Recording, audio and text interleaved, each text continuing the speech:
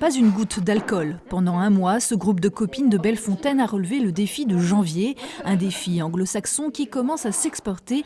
L'objectif est de prendre conscience de sa consommation et des bienfaits de l'abstinence après les festivités de fin d'année.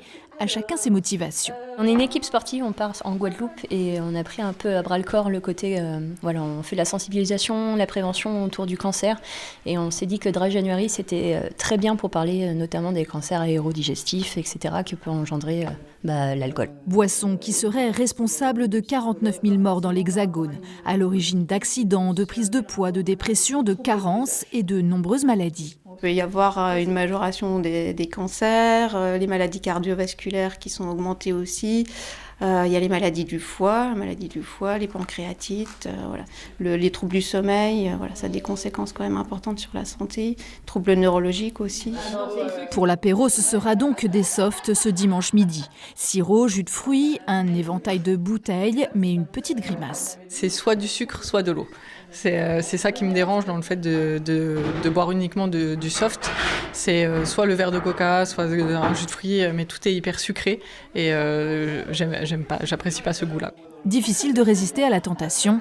Les conjoints, eux, même pour un mois, n'ont pas tenté l'expérience. Quand on mange quelque chose qui s'accompagne avec du vin ou un bon repas, je pense que c'est quand même difficile. Quand ça commence un 1er janvier, on se rend compte à quel point l'alcool ça prend une place aussi dans le quotidien. Il peut y avoir ce regard de dire qu'est-ce qui se passe, t'es enceinte.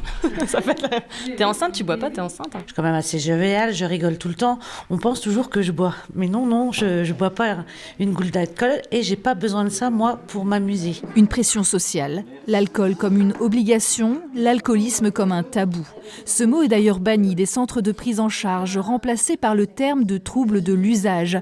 C'est la maladie la plus courante rencontrée dans les centres de soins et de prévention des Vosges. Au XAPA de la FMS, on a pris en charge sur 2023 941 patients. C'est un chiffre qui tend à être stable avec une petite augmentation depuis les 3-4 dernières années. On a des temps forts comme au mois de janvier où effectivement on a beaucoup de nouveaux patients qui poussent la porte de nos services. D'après les normes de Santé publique France, les recommandations sont de 2 unités standards par jour et pas tous les jours pour limiter les impacts négatifs.